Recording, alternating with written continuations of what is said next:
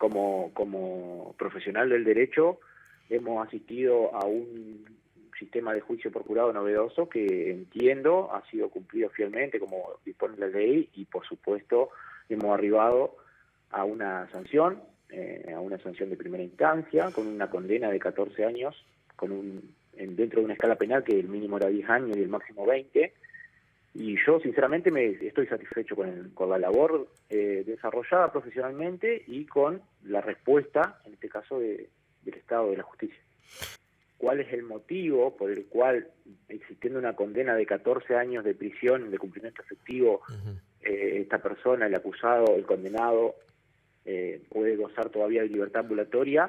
En realidad es una cuestión técnica, obviamente, pero básicamente, y tratando de ser lo más llano posible cuando hablo, la medida de prisión preventiva que nosotros solicitamos en este punto, en esta parte del proceso, se toma como una medida cautelar. O sea, no es un cumplimiento ya de la punición, de la pena que se le impone al señor Irarrázaval, sino que en esta instancia, esta prisión preventiva es una medida cautelar que tiene como fin asegurar el cumplimiento, una vez que quede firme, de esta sentencia. ¿Esto qué quiere decir? Asegurar que el señor Irarrázaval no entorpezca la investigación, asegurar que no se fugue, asegurar que ante el llamado de la justicia acuda, mientras se desarrolla o no, porque eso es una cuestión que hay que clarificar. Al día de la fecha no hay recurso de casación interpuesto, mientras se desarrolla o no esta otra etapa que puede suceder o no. Esa es la cuestión por la cual el señor juez técnico entendió que esa medida cautelar, en principio, en esta instancia, y atento a la conducta del imputado durante el proceso, no es necesaria. Eso no significa que el señor Irarrázaval bajo ningún punto de vista o en ningún supuesto pueda llegar a terminar con una prisión preventiva. Vos bien lo dijiste recién, cuando estabas haciendo la introducción, al señor Irarrázaval se le imponen unas medidas de coerción que son múltiples, y firmó un acta ayer, luego de finalizada la audiencia, y el señor juez técnico fue muy claro y contundente de que ante el mínimo incumplimiento de cualquiera de esas medidas de coerción se iba a proceder a su inmediata detención. Entonces, sinceramente, y esto es parte de lo que me interesaría dejar en claro desde el punto de vista como abogado querellante, representación de la familia y de la víctima, lo que me preocupa es el mensaje social que pueda llegar a surgir en virtud de lo que se ha dicho estos últimos días. Que yo entiendo como que se transmite o se intentó transmitir que acá no pasó nada todavía, porque solamente tenemos una sentencia de primera instancia. Y realmente no es así. Y también me preocupa que ese sea el mensaje por el tipo de delito frente al cual nos encontramos, por la sociedad en la que vivimos, por lo atroz de los hechos que se investigaron y que fueron demostrados. Sinceramente me preocupa que se minimice esta situación procesal en la que nos encontramos, donde ha recaído una sentencia unánime que fue emanada de un jurado popular que condenó a un ciudadano guasavilbaso, el señor Darío Carlos Alberto Irarrázaval, por un delito de abuso sexual gravemente ultrajante agravado por la situación de convivencia preexistente en concurso ideal con corrupción de menor y agravado por el uso de violencia. O sea, hasta el título suena duro. Y la realidad es que es un hecho demasiado duro y ocurrió en Guasavilbaso. Estos delitos que se investigaban revictimizan todo el tiempo a la víctima. Y la víctima, en el momento de ocurrir los hechos, era una niña menor de edad, era hija de vecinos nuestros, que concurre a los mismos colegios de muchos de los oyentes, o de los hijos de los oyentes de la radio, concurre a los mismos colegios, va a los mismos actos, a las mismas plazas, va a los mismos eventos, donde todos los habitantes de la sociedad concurren. Y que sinceramente, y esto es lo más duro y lo más difícil, pero necesito decirlo, ella no eligió ser víctima de un delito de abuso sexual. No, o sea, nadie le preguntó si ella quería ser víctima, sino que le tocó afrontarlo y sufrirlo siendo menor de edad, teniendo 13 años de edad. Entonces, me preocupa, sinceramente, que después de casi 6 años de proceso, nos encontremos con una condena de 14 años de prisión efectiva al señor Irarrázaval y se manifieste o se pretenda dar el mensaje de que el señor Irarrázaval está haciendo vida normal en su casa, hasta que se tome ejecutar la sentencia. Yo digo, a ver, y esto lo digo también a título personal, vida normal, entiendo, hago yo, haces vos, Silvio, hace mucho de los oyentes de la radio. Ahora, ninguno de nosotros tiene que ir semanalmente a la comisaría a firmar una planilla para comprobar de que no hubo una fuga. Ninguno de nosotros tiene que pedir autorización al juez para mudarse de domicilio o tiene que pedir autorización a la justicia para salir del país. Bueno, el señor Irrazábal sí tiene que hacerlo, en virtud de la condena que estuvo ayer, porque tiene medidas de coerción impuestas. Entonces, yo lo que intento, siendo muy respetuoso, es que no se malentienda que ayer no pasó nada y que cada uno estamos en nuestra casa haciendo una vida normal. Sinceramente me preocupa eso y en eso me veo la obligación de aclarar por este mismo medio la situación, porque entiendo que minimizar o tratar con liviandad la condena que se impone en primera instancia infunde temor, confunde, sino que, y también además desconoce el sistema de aplicación del derecho que nosotros los abogados propugnamos y ponemos en relevancia cada vez que ejercemos nuestra profesión, porque avasalla los derechos de la otra parte del proceso, porque es de lo que no se habla en estos casos.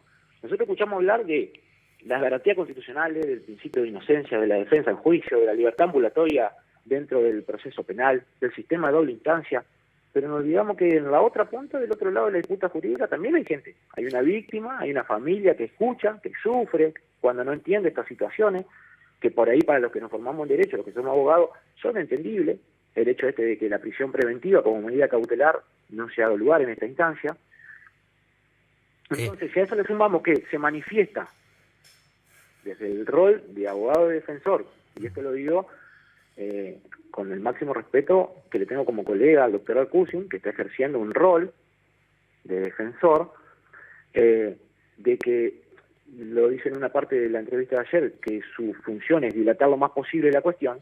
Entonces hay una prolongación del sufrimiento de la víctima y del grupo familiar conviviente que no reconoce los derechos y las garantías en los que se encuentran contenidos en leyes y convenciones internacionales, así como el imputado y el procesado tiene sus derechos garantizados.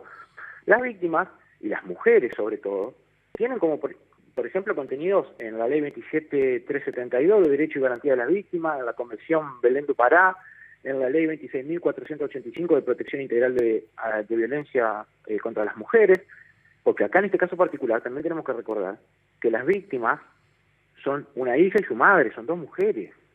Entonces, ese es el objeto de esta comunicación. Para que la justicia sea justicia, tiene que llegar en tiempo y forma.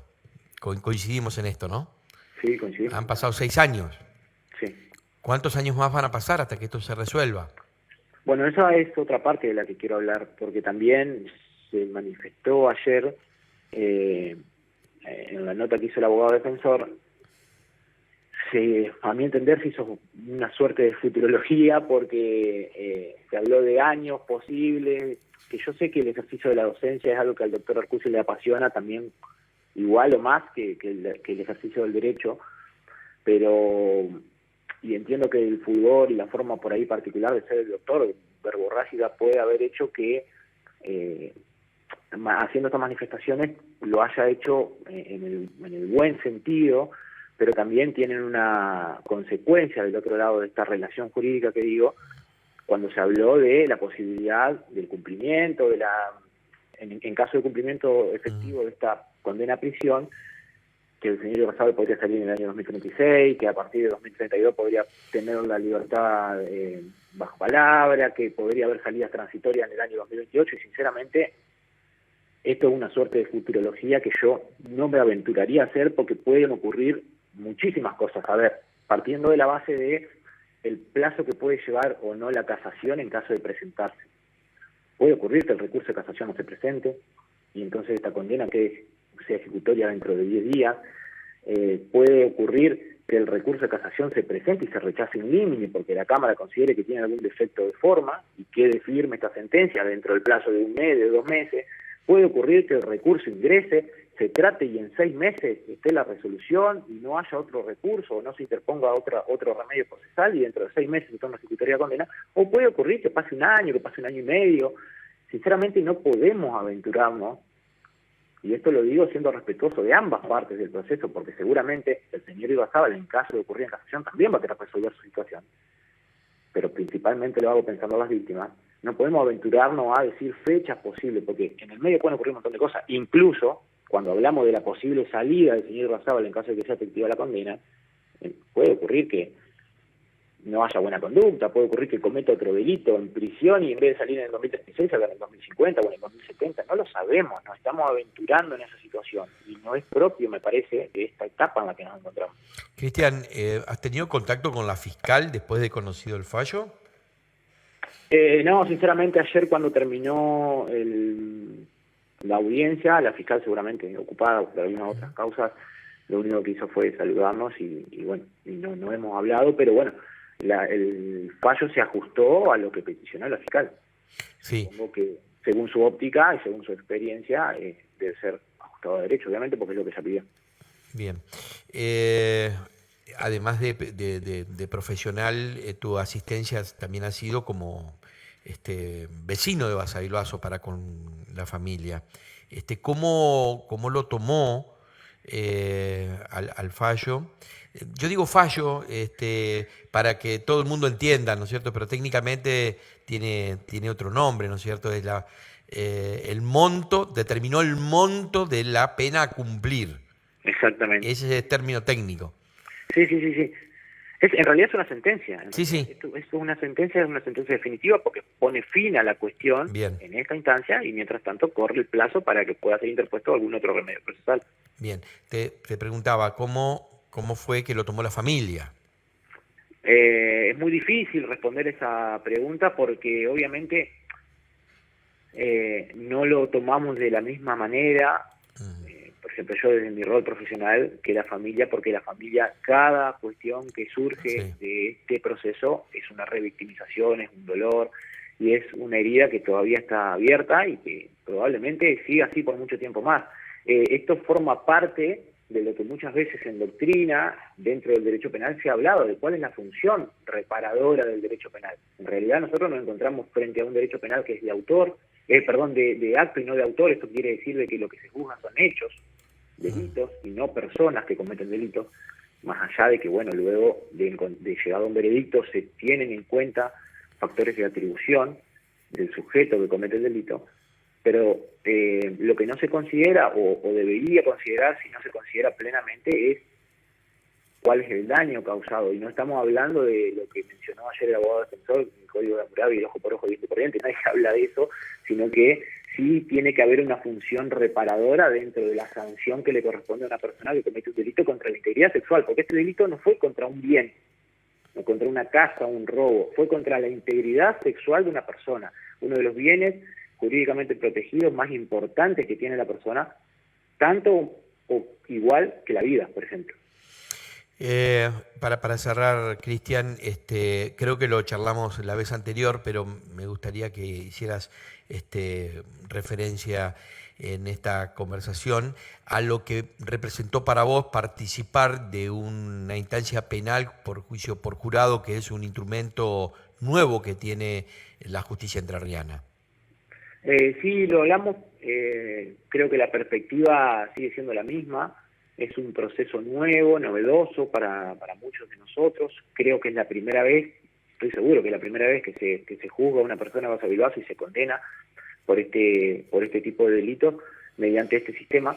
Entiendo que este sistema lo que hace es humanizar a la justicia, darle participación a las personas que no se encuentran inmersas dentro de este microclima, si se quiere, de lo que es el derecho, sobre todo el derecho penal, para que puedan expresar la voluntad popular a través de una selección de jurados en la cual comienzan siendo 80 personas sorteadas y terminan siendo 12 titulares más 4 suplentes, que pasan por todo un proceso de selección para asegurar que esas personas sean totalmente imparciales y que después, durante los días de debate, se le muestran cuáles son las pruebas de cargo y de descargo, o sea, de parte acusadora y de parte defensiva, y luego se los manda a una sala de deliberar con un montón de indicaciones por parte del juez técnico que todo el tiempo está controlando el avance del proceso, para que esas personas decidan sobre los hechos, si existieron o no existieron, si la persona que está siendo juzgada es culpable o es inocente. A mí, sinceramente, esto me parece la máxima manifestación del derecho.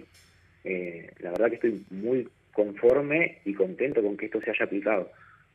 Bueno, yo destaco lo que vos mencionás de que se ha humanizado la justicia, me parece bárbaro, pero desde el punto de vista de la comunicación, yo quiero destacar, en tu caso y el doctor Arcusin, pese a de que estaban defendiendo cuestiones contrarias que colisionaron en este juicio, ambos pusieron lo mejor, creo yo, de sí para a nosotros ponernos en un plano en el que sin ser abogados pudiéramos entender.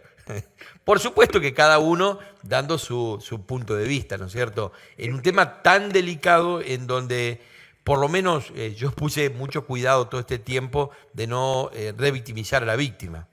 A nosotros nos atraviesa Ujú. de dos formas, porque somos vecinos También, los dos, tanto el doctor Arcusi como sí. yo. Obviamente que hay un respeto mutuo, que el doctor lo manifestó y yo lo firmo, un respeto profesional. Mm, Y hemos estado, yo le llamaba durante los días que estuvimos en audiencia, decía, asistimos a un juego de roles, juego en el buen sentido de la palabra, donde él está como abogado defensor y yo como abogado acusador, pero puede existir otro juicio posterior donde yo esté del lado de defensor y él del lado de acusador, y entre nosotros siempre la relación ha sido cordial, más allá de que las posturas son irreconciliables, digamos, las posturas jurídicas, ¿no es cierto? claro. Entonces, y también dentro de esto de lo que es intentar comunicar dentro de un medio de comunicación masivo, hemos tratado de ser respetuosos. Por eso yo entiendo que no hubo, y esto lo quiero manifestar, no hubo ningún tipo de ensañamiento ni nada por el estilo de parte del doctor Alcusin con los dichos, sino que lo único que yo pretendo manifestar en esta entrevista es que no existe un único punto de vista que puede ser el que manifestó el doctor Alcusin ayer, sino que existe otro punto de vista y que sobre todo no existe una sola parte en el proceso, que es el imputado que tiene garantías y derechos, sino que también existe otra parte que es la víctima que también tiene garantías y derechos. Yo no sé si me podés comprender, pero es un tema muy difícil también abordar desde este lugar. Es un tema sumamente difícil, porque mientras que nosotros obviamente intentamos descontracturar la entrevista, después de haber hablado de la postura que yo Sí, quería sí. brindar, la familia sigue en la misma situación. Y muchas veces pasa de que a pesar de que esta condena de 14 años de prisión se torna efectiva y el condenado vaya a la unidad penal y todo, esa vida sigue estando ahí vigente, porque lamentablemente es un hecho atroz, que también digo, y eso me interesaba manifestar, yo lo que quiero es que no se desaliente a las posibles pasadas víctimas, presentes víctimas y futuras víctimas, como por pensar de que no pasa nada, porque lamentablemente este delito va a seguir existiendo, lamentablemente va a seguir existiendo. Entonces lo que yo quería dejar en claro es que no es que no pasa nada, sí pasa. Hoy nos encontramos con una condena de 14 años de prisión efectiva a un ciudadano Basavilbaso por este delito. Entonces, todavía no es ejecutoria la condena, estamos todos de acuerdo, pero sí pasa, no es que no pasa nada.